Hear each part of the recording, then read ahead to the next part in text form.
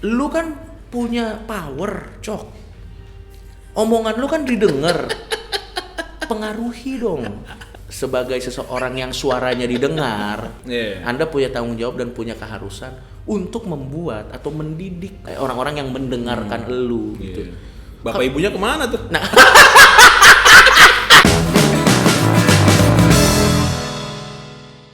Halo, gue Danet Gustama dan selamat datang di Seks Seputar Keresahan Sama-Sama. Gue bersama Coki Pardede sebagai pusat keresahan sama-sama. bisa pas gitu ya? Bisa pas gitu, emang gila gue lama banget pengen ngobrol sama Coki di acara ini tapi susah banget. Karena memang pas kalau nggak Bang Danet yang sibuk, guanya yang lagi kemana gitu. Terus ini pas kita lagi ada satu acara yang pas emang ketemu ya Bang? Iya, pas banget. Ini sehat Cok? Corona sehat. Bagaimana? Ada jokes nggak yang untuk di-tweet mungkin? Enggak. Sekarang semua orang udah bebas-bebas aja. Bebas aja ya? Nggak apa-apa sih. Memang yang ngebuka jalan yang kena getahnya. Dan memang sebenarnya nggak apa-apa. Itu karena lo yang ngomong sih. Kayaknya sih begitu. Karena kan abis lo nge-tweet itu ya gue ketemu sama Rindra. Ketemu sama siapa lagi lupa gue tuh. Gue ngomongin masalah itu terus. Dan Rindra pun melakukannya. Iya. Dia taruh gambar Corona sama mobil Corolla gitu terus nggak ada yang menghujat dia bahkan menunggu itu. Betul. Kayaknya sih memang antara memang karena gue aja yang ngomong atau memang pada saat itu Rindra nggak dihujat karena memang masih marah sama gue kan nggak tahu. Ya tapi begitulah kenyataannya, memang agak ribet sekarang di sosmed. Lo tampak lebih kalem sih sekarang. Gaya lo, gestur lo tuh kayak. Tapi nggak tahu kenapa. Lo ngejagain ya? Gue bukan ngejagain. Karena di beberapa konten gue bisa lebih carefree, tapi di beberapa konten gue bisa. Aslinya sih gue emang nggak tahu ya. Gue ngerasa sih aslinya gue kayak gini sih Bang. Nggak masa? Masa? Enggak. Oh. Ya berarti memang ada. Ya gue berubah aja belakangan ini. Terpaksa? Secara tidak sadar lo terpaksa merubah? Kayaknya sih iya, karena ada beberapa hal yang memang gue harus merubah pandangan gue supaya gue bisa keep going gitu. Terutama dengan banyak kan orang ngiri nih sama profesi kita Bang. Kayak jadi komedian tuh kayaknya enak ya, nggak ada masalahnya, kata siapa? Siapa yang bunuh diri? Komedian banyak banget, Robin Williams aja. Kayaknya sih kalau jadi komedian cepat atau lambat kalau lu memang menggali komedi itu dari dalam diri lo dan lu juga ngerti konsep komedi dan lain-lain, kayaknya cepat atau lambat lu pasti akan jadi orang yang berpikir sih Bang. Nggak tahu ya. Berpikir untuk gini, kalau gue tuh sekarang punya prinsip, gue menjunjung tinggi freedom of speech, kebebasan berpendapat, dan gue memastikan bahwa apapun yang gue sebut sekarang gue bisa mempertanggungjawabkan itu, walaupun sebenarnya menurut gue lo asal ngomong aja juga sebenarnya nggak bisa lo pertanggungjawabkan juga nggak apa-apa. Tanggungjawabkan ke siapa? Dipertanggungjawabkan ke orang-orang yang mempermasalahkan itu kalau nanti itu dibawa ke ranah yang lebih formal kayak hukum dan yang lain-lain gitu. Oke. Karena gini Bang, gue pernah bikin sedikit research ya. Lo kan tinggal di Amerika lama. Yeah. Di Amerika itu ada yang namanya First Amendment. Yeah. Di situ tuh menarik. Ada beberapa hal yang dilindungi. Kebebasan berkumpul, yes. Kebebasan mengungkapkan pendapat, yes. Kebebasan untuk menunjukkan ketidakpuasan kepada pemerintah tanpa harus dibubarkan, yes. Dan ada beberapa lagi yang dilindungi. Yeah. Tapi satu lagi yang nggak dilindungi sama pemerintah, perasaan orang. Di First Amendment tuh gue lihat ya, perasaan orang itu nggak dilindungi sama pemerintah. Sehingga mungkin karena hukumnya juga ada begitu, itu membuat Amerika Serikat lebih ideal untuk menjadi tempat yang bisa melakukan freedom of speech dengan lebih maksimal, walaupun memang termasuk stand up comedy. Yeah. Karena perasaan orang hukum tuh tidak masuk ke ranah itu. Yeah. Walaupun memang agak kesini udah mulai ada SJW yang rese tuh di Amerika tuh, tapi masih tetap ini. Yeah. Kalau kita kan kayaknya perasaan bisa jadi alat tolak ukur untuk hukum tuh bisa masuk kalau kita. Perasaan orang tuh bisa dilindungi oleh hukum. Kalau menurut gua ya. Di Indonesia tuh perasaan orang tuh bisa dilindungi oleh hukum. Jadi sebenarnya lu berkomedi di Indonesia, lu based on observasi yang lu lakukan itu sebenarnya. Baru belakangan ini aja. Baru belakangan ini. Dulu gue berkomedi. Jadi gini, memang lama-lama setelah gue ketemu dengan berbagai macam orang di perjalanan hidup gue akhirnya sadar bahwa komedi itu tuh lebih dari sekedar mengatakan sesuatu yang lucu dan membuat orang lain tertawa. Betul. Gitu. Dalam perjalanan gue sampai di poin itu, ada banyak orang yang gue ngobrol-ngobrol. Ada lu, ada juga yang lain-lain. Yeah. Sehingga dulu pada saat gue berkomedi, ya gue yang penting ada kata lucu, ada sesuatu yang absurd dan lucu, that's it, udah. Gue tidak menggali lebih dalam daripada itu. Kalau sekarang gue jadi lebih cenderung menggali lebih dalam gitu. Gue pertama kali ngelihat lu, ketemu lu, kenal sama lu itu di KFC Pondok Indah kalau lu ingat. Waktu itu open mic anak mana ya? Bukan Jaksel sih, belum ada. Aduh, gue lupa bang. Adalah waktu itu ingat kan lo? Lo kan ingat anak gue, Depok suka kesana. Terus gue pertama kali ngeliat lo open mic tuh ya, emang bagus banget public speaking lo dan sebagainya macamnya. Dalam perjalanan sampai sekarang, kita ngomongin stand up comedy ya. Iya. Lo khawatir nggak sama stand up comedy di Indonesia? Khawatir karena menurut gue, tapi gini sekali lagi, ini kan opini kita ya. Ya, enggak cocok. Maksud gue, lo kalau menurut gue sih ya, kalau karena lo ngomong di channel ini jadi santai sih. Ya, gue nggak tahu. apa-apa. Nggak, gue paham. Tapi entah kenapa kayaknya itu udah jadi auto self defense mechanism gue gitu. Lo ngerti nggak sih? Karena banyak hal yang terjadi. Ironis nggak sih seorang komedian jadi harus ngomong kayak gitu? Banget. Nah itu makanya gue khawatir sebenarnya. Iya, kan gini ya. Everybody can do comedy. Yes. But is everybody allowed to do stand up? Kayaknya nggak bisa deh. Betul. Komedi sama stand up kayak udah. Iya, betul. Dalam stand up sama komedi udah nggak bisa bergabung deh. Betul. Lo tau nggak? Ini ya kayak lo pernah dengar nggak kasusnya Boris?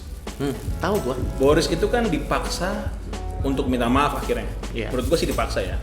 Karena dia disomasi melakukan teknik yang paling standar di stand up yaitu self deprecating. Iya. Dan dia menjelekkan orang Batak. Betul. Sehingga dia disomasi sama pengacara segala Betul. suruh minta maaf. Menurut gua, kenapa itu bisa terjadi? Karena kesalahan para insan stand up comedy. Lo nggak kenapa? Insan stand up comedy mesti mengajarkan bahwa jokes rasis nggak apa-apa lo. Walaupun memang ini akan terdengar sangat kontroversial. Betul. Padahal sebenarnya sih nggak apa. Betul. Kalau misalnya itu dianggap menghina, Pak De Indro melakukannya sewaktu warkop jaya-jayanya. Betul. Gue pernah dengar dia impersonate menjadi orang Batak. Dia bukan orang Batak kan ya? Bukan. Dia bukan orang Batak, menjadi orang Batak, menceritakan jokes. Lo tau kan jokes komedian yang pakai jam di pesawat atau ada di Medan itu? Itu gila lu, nggak ada yang marah lo. Dan dia bisa impersonate suku-suku lain bahkan. Betul. Kenapa sekarang kita jadi tidak? Gue sih ngomongin stand up aja deh. Iya, stand up bukan aja. aja gue. Iya. Kenapa kita tidak bersatu waktu itu untuk menangkal serangan ke Boris? Itu gue juga nggak ngerti sih. Kita mungkin balik lagi gini. Kita balik lagi ke awal stand up itu ada kan sebenarnya terlepas dari ada banyak pendapat ya bang. Iya. Awal stand up itu bisa diterima dengan baik di Indonesia adalah ini adalah angin segar. Betul. Dengan adanya komedi yang cenderung seragam yang ada di media-media mainstream. Betul. Dan lahir dari kebutuhan masyarakat dengan komedi yang berbeda. Awalnya kita berharap stand up ini juga akan tetap berkembang lebih bervariasi lagi karena pada saat stand up pertama kali datang ke Indonesia basically itu masih satu warna. Kayak gue sih dulu taunya stand up is stand up, gue belum tahu ternyata di itu ada genrenya lagi tuh, ada yang absurd lagi, ada yang dark lagi, ada yang blue lagi, ada banyak banget gitu. Tapi pertama stand up datang itu jadi angin segar. Dan kenapa gue bilang bahaya? Gue sih takutnya jadi ironis kenapa stand up itu bisa jadi sesuatu yang awalnya dia pengen tidak menjadi itu gitu. Awalnya kan kita kan datang sebagai angin segar nih untuk memberikan variasi yang ada dari jenis komedi yang tidak ada yang salah dengan komedi yang ada, tapi untuk jadi variasi. Tapi kenapa sekarang kita menjadi sesuatu yang dulu kita tidak mau gitu? Harta dan tahta. Apalagi? Karena sekarang seolah-olah kalau stand up harus ini, kalau stand up harus ini, kalau stand up harus ini. Gila. Gua nggak ngomong, Iya. gua nggak ngomong ini ya, gua nggak ngomong teknik ya. Iya. Kalau teknik memang ada beberapa hal yang memang Iya, ya itu wajib iya. gitu. Tapi sebenarnya lu nggak pakai teknik juga, kalau lucu mah lucu aja Iya, kalau iya. buat gua sih. Lo harus resah dan harus lucu, udah itu aja kan? Udah itu aja sebenarnya. Tapi sekarang seolah-olah kalau berstand up tuh harus A, Ada pakemnya. iya harus B, Pakem harus sosialnya. C. Terus lama-lama variasi yang kita harapkan terjadi dari lahirnya stand up jadi nggak terjadi gitu. Iya. Jadi industri aja. Jadi apa bedanya sama sesuatu yang dulu pengen kita lawan gitu loh, Iya. maksud gua ya. Tapi nggak Jadi tahu. kita menjadi mereka. Kita menjadi mereka. Kayak apa ya? Ada orang ini dari bahasa Inggris bang. If you can beat it, just beat it. Itu dia satu. Terus sama kedua, kalau lu terlalu lama jadi hero, lama-lama lu jadi villain gitu. Kayak mohon maaf nih, bapak-bapak yang kita sering demo di DPR itu dulu kan juga mereka mendemo DPR. Oh juga, iya, kan? iya, iya. Tapi sekarang jadi mereka yang didemo kan. Iya, iya, iya. Karena mereka ternyata udah ada di sistem itu dan mereka merasa asik sekali nih gitu. Iya, iya, iya. Ya tapi kalau menurut gua komedi sekarang nih terutama berstand up agak sedikit berbahaya, bukan berbahaya, sedikit mengkhawatirkan. Kenapa? Karena seolah-olah warnanya jadi serupa. Iya, iya. Platform-platform lain yang ingin menyajikan warna-warna yang berbeda Iya. dimatiin, Bener. dimatiin. Maksud gua dan sayang aja sih maksud Iya, gua iya. gitu. Padahal kan ya komedi itu ada dimatiin dengan berbagai macam alasan lah. Iya, iya, iya. Ada yang bilang tidak etis, tidak Iya. apa. Balik lagi kita ngomongin apa nih? Kita ngomongin moral atau ngomongin komedi? Ini bisa terdengar kontroversi lagi nih. Oke. Moral dan komedi. Moral dan komedi tuh kadang bisa berjalan beriring-iringan, tapi lebih banyak tidak berjalan beriring. Lebih baik apa? Lebih baik tidak berjalan beriring-iringan karena gimana ya? Kalau lu Yeah. datang ke acara komedi dan berharap ada pesan-pesan moral atau berharap ada Iya. apa? Lu mendapat motivasi hidup atau apa? Kayak salah alamat menurut gua. Iya. Karena tugas kita tuh kita tidak kompeten untuk melakukan itu. Betul. Dan karena kita tahu kita tidak kompeten, kita bercanda aja udah. Iya. Ada orang yang lebih kompeten. Iya. Siapa Mario Teguh atau siapa gitu. Ya lu kesana kalau mau cari itu. Yang aneh kan orang ke konten kita terus marah-marah kan. Apa sih yang Anda lakukan ini? Loh. Memang dengan segala hormat maksud kita dari awal bukan untuk itu. Iya. Gitu loh. Itu Jadi maksud menghalangi orang berkembang sesuai karakter. itu dia maksud gua. Dan yang kedua, belum tentu pada saat yang kayak gua bilang tadi, belum tentu pada saat seseorang mengeluarkan jokes, let's say rasis atau terdengar rasis. Pada saat seorang mengeluarkan jokes rasis atau terdengar rasis, belum tentu loh dia rasis. Betul. Lo harus bisa bedain personality orang itu dan karya yang dia keluarkan di panggung itu belum tentu sejalan loh. Betul. Walaupun bisa sedikit banyak menggambarkan apa yang ada di isi kepala otak orang ini. Betul. Tapi itu Jimmy Carr, ya. Anthony Jeselnik, Ricky Gervais. Jeselnik mah gila tapi sih. Iya. Tapi dia tidak psikopat dong. Betul. Ya, maksud gua komedinya gila. Komedinya terlalu gila sih. Gua aja ngeliat Twitternya nyerah, gua ampun. Iya. Tapi kan pada saat dia berkomedi itu, dia sama anak-anaknya juga nggak nggak digituin kan. Kan ada apa namanya pelebayan kan. Iya. Mungkin orang-orang berpikir komedi rasis itu kan yang pembuat akan melebaikan materinya. Yang dengar bilang itu kejadian sebenarnya. Kalau buat gue ya, kita bisa kok menertawakan hal sensitif tanpa harus menyetujui hal sensitif tersebut. Bagaimana caranya? Misalnya contoh ada orang ngebawa jokes rasis misalnya. Pada saat kita menertawakan jokes rasis, kita harus beda dulu. Kita menertawakan itu bisa jadi karena kita sadar atau itu relevansi kita bahwa hal tersebut masih ada di masyarakat kita. Betul. Dan kita menertawakan kenyataan yang ada di masyarakat kita. Karena gitu. semua orang terlahirkan rasis. Betul Iya sebenarnya. kan? Mau lo akuin atau nggak akuin ya? Iya. Kalau misalnya lu nggak rasis, nggak ada tuh namanya suku Jawa, suku Batak dan Betul. lu orang Amerika, orang Indonesia. Kita terlahir rasis kok. Betul. Dan kita hanya seperti kata lu, kita hanya menertawakan hal itu. Iya betul.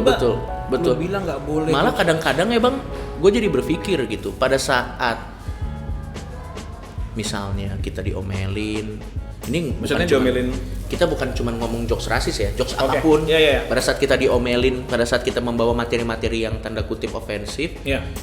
jangan-jangan orang yang ngomelin ini adalah orang yang denial bahwa hal itu ada di masyarakat gitu. Kayak menutup mata bahwa solusinya tuh bukan dengan menutup mata menurut gue. Solusinya adalah paling enggak, walaupun kita tidak menawarkan solusi nyata ya, paling enggak dimulai dengan mengakui dulu bahwa hal itu memang terjadi. Itu dulu aja deh. Kalau masalah ke depannya, gimana kita mau maju ke depan kalau kita belum mengakui hal itu ada dulu gitu loh. Kalau buat gue sih gitu ya. Tapi memang itu sekali lagi kontroversi sih memang. Tapi harusnya enggak sih. Makanya gue bingung sekarang. Iya, soalnya jadi komedian tuh susah banget deh, sumpah. Kontroversi pun sebenarnya nggak apa-apa kali, Cok. Nggak apa-apa memang, gue sepakat. Iya kan? Emang harus ada hal kontroversi gitu. Lo tahu nggak bang? Gue sepakat banget sama lo. Semua terobosan-terobosan yang membantu dunia menjadi lebih baik itu muncul dari kontroversi. Betul. Bumi bulat. Gue lupa ilmuannya siapa. Tapi kan pada saat itu dia bilang Galileo Galilei. Iya, bukan. Gue lupa deh pokoknya. Okay. Daripada kita sotoy kan. Iya, terus dihujat kan. Ilmuwan yang mengatakan itu kan itu kontroversi. Bahkan pada saat itu faktanya ada beberapa pihak gereja yang mempersekusi dia. Galileo Galilei. Iya, maksud gue banyak, bahkan dari dunia yang gue tahu ilmuwan-ilmuwan dari dunia Muslim pun itu kontroversi pada masanya. Sampai dituduh mereka karena mereka free thinker biasanya. Jadi memang inovasi itu akan lahir dari sesuatu yang kontroversi. Karena kan gini, kalau kita mau evolve, ada satu norma pada saat itu yang kita tembus supaya kita jadi sesuatu yang lebih baik. Dan pada saat menembus ini kan pasti kan ada kontroversinya, ada gesekannya. Nah, jangan waktu mau gini terus ini tuh dimatiin, jangan. Nanti jadi gimana, nggak akan berkembang. Gue banyak banget nahan ya. Bulan sama gue udah banyak banget nahan. Enggak, karena gimana bang? Gue sepakat sama satu argumen yang bilang ada Adri pernah bilang sama gue. Emang ada beberapa orang yang lebih gampang ditunggu mati daripada berubah. Jadi gimana? Dan biasanya orang-orang ini nih yang menghalangi kemajuan dalam komedi. Lumayan satu terobosan. Selama individu-individu ini masih ada, ini akan selalu gitu kan.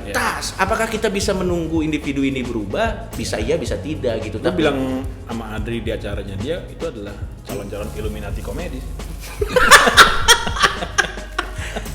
Makanya, tapi sebelum kita ngomong ini lebih jauh, kita harus sepakat dulu sih, apakah komedi itu freedom of speech atau tidak. Itu dulu sih yang harus kita sepakati. Ya, masalahnya komedi di Indonesia itu anggapannya adalah hanya bikin ketawa. Itu dia, susah sih bang, memang gimana. Padahal sebenarnya senior-senior kita bahkan jauh sebelum stand up ada sudah menunjukkan itu tidak benar kan? Betul. Warkop menunjukkan dengan segala resiko yang dia tempuh pada saat itu. Iya. Dan gosipnya kan almarhum Pak Jojon juga sempat di penjara gara-gara jokesnya dia. Iya, banyak loh yang menunjukkan bahwa sebenarnya komedi itu lebih dari sekedar membuat orang tertawa. Iya, lebih besar daripada itu. Lebih besar daripada itu. Dan mungkin kadang message itu juga yang akhirnya menjadi bumerang, seolah-olah komedi itu harus selalu menyuarakan sesuatu. Kalau buat gue bang ya, pada saat lo jadi komedian atau lo jadi content creator atau lo jadi artis, lo mau berguna untuk masyarakat atau tidak, itu pilihan lo. Atau misalnya contoh nih, lo jadi pembuat puisi, terus ada orang-orang nih kena gempa bumi di rumah lo nggak harus lo buat puisi tentang gempa bumi itu. Lo mau tetap buat puisi tentang apa, ya itu pilihan lo sebagai artis itu. Atau lo nggak harus lo nolong mereka, nggak harus. Pilihan, karena jadi menurutku udah ada banyak kok artis-artis yang menunjukkan bahwa kalau lu mau berguna untuk masyarakat atau tidak itu pilihan ke lu gitu. Dan kita sebagai penikmat harus bisa membedakan mana yang karyanya dan personalitinya gitu. Kayak yang tadi gue bilang, Paul McCartney juga bikin lagu aja. Beda sama John Lennon kan. Kalau kata Adri tuh John Lennon tuh musiknya lebih besar dari dia tuh. Imagine all the people. Orang tuh mikirnya, wah, John Lennon sangat menginspirasi sekali. Tapi kan Paul McCartney kan juga jenius juga dengan caranya gitu. Objektivitasnya beda ya. Iya, sekarang seolah-olah semua orang tuh harus, lu kan punya power, Cok. Omongan lu kan didengar. Pengaruhi dong orang-orang. Itu omongan banyak orang apa Omongan banyak orang. Oh, banyak orang, oke. Yang marah sama lo waktu itu? Yang marah. Sebagai seseorang yang suaranya didengar, Anda punya tanggung jawab, seolah-olah keharusan nih. Anda punya tanggung jawab dan punya keharusan untuk membuat atau mendidik orang-orang yang lo dengar, orang-orang yang mendengarkan elu. Gitu. Bapak ibunya kemana tuh? Nah, anjing lucu banget. Satu. Terus yang kedua, itu kan pilihan. Gue mau melakukan. Kalau gue nggak mau melakukan itu juga nggak apa-apa. Kalau gue cuma pengen berkarya juga nggak apa-apa. Karena iya kalau gue ya sekarang motivasi gue dalam berkarya tuh adalah untuk mengungkapkan apa yang ada dalam pikiran gue aja, Bang. Kalau ternyata ada orang yang terinspirasi karena itu ya syukur. Kalau ada yang jadi lebih baik karena itu ya lebih bagus. Tapi itu bukan tujuan utama gue. Tujuan utama gue lebih untuk gue dulu. Kalau orang Kristen bilang, kalau lu mau jadi terang buat dunia, lunya terang dulu. Betul. Karena kalau lunya juga nggak terang, ya gimana lu mau jadi terang buat dunia, kan wadididau gitu loh. Hidup dalam under pressure tuh nggak membuat diri lu jadi terang tuh menurut gue satu. Terus yang kedua tuh tergantung masalah, misalnya contoh, tergantung masalahnya dulu itu relate nggak sama kita. Misalnya ada banjir atau apa, setiap orang kan punya concernnya masing-masing. Gue ya, sorry, gue ya, dengan segala hormat, lo nggak bisa maksa orang untuk peduli sama korban gempa. Karena setiap orang punya concern. Siapa tahu gue nggak peduli sama korban gempa, tapi peduli sama korban cancer. Betul. Karena orang punya, masa kita dipaksa, Pak? Contoh misalnya Magic Johnson, masa lo paksa jadi suara, ayo peduli sama korban TBC. Ya kalau dia nggak punya keresahan, kan nggak relate gitu. Terus valid nggak gue untuk jadi suara menyuarakan itu? Misalnya contoh tiba-tiba gue bilang kayak, mari kita lawan korupsi, dia anjing-anjingin gue. Siapa lu bangsat, palsu banget gitu, lu buzzer ya, fuck gitu maksud gue. Ya kalau gue mah, kalau emang gue nggak concern, gue mah nggak concern aja. Gue mah tapi ya, siapa tahu kan kalian nggak tahu gue punya concern tentang hal apa di luar sana, dan siapa tahu gue punya platform yang berbeda untuk menyalurkan itu tidak di konten pada saat gue sedang berkarya. Kadang tuh orang ribet, lagi sekarang jadi komedian serius deh, Bang. Iya benar ya. Ribet. Jok, ini kita flashback dikit nih. Boleh, pas lu nge-tweet itu ya, yang masalah Covid ya.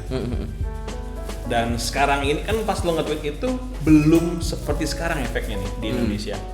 Dan sekarang begini mengerikan efek gue pakai sarung tangan. Iya. Apa yang lo rasakan tuh, Jok?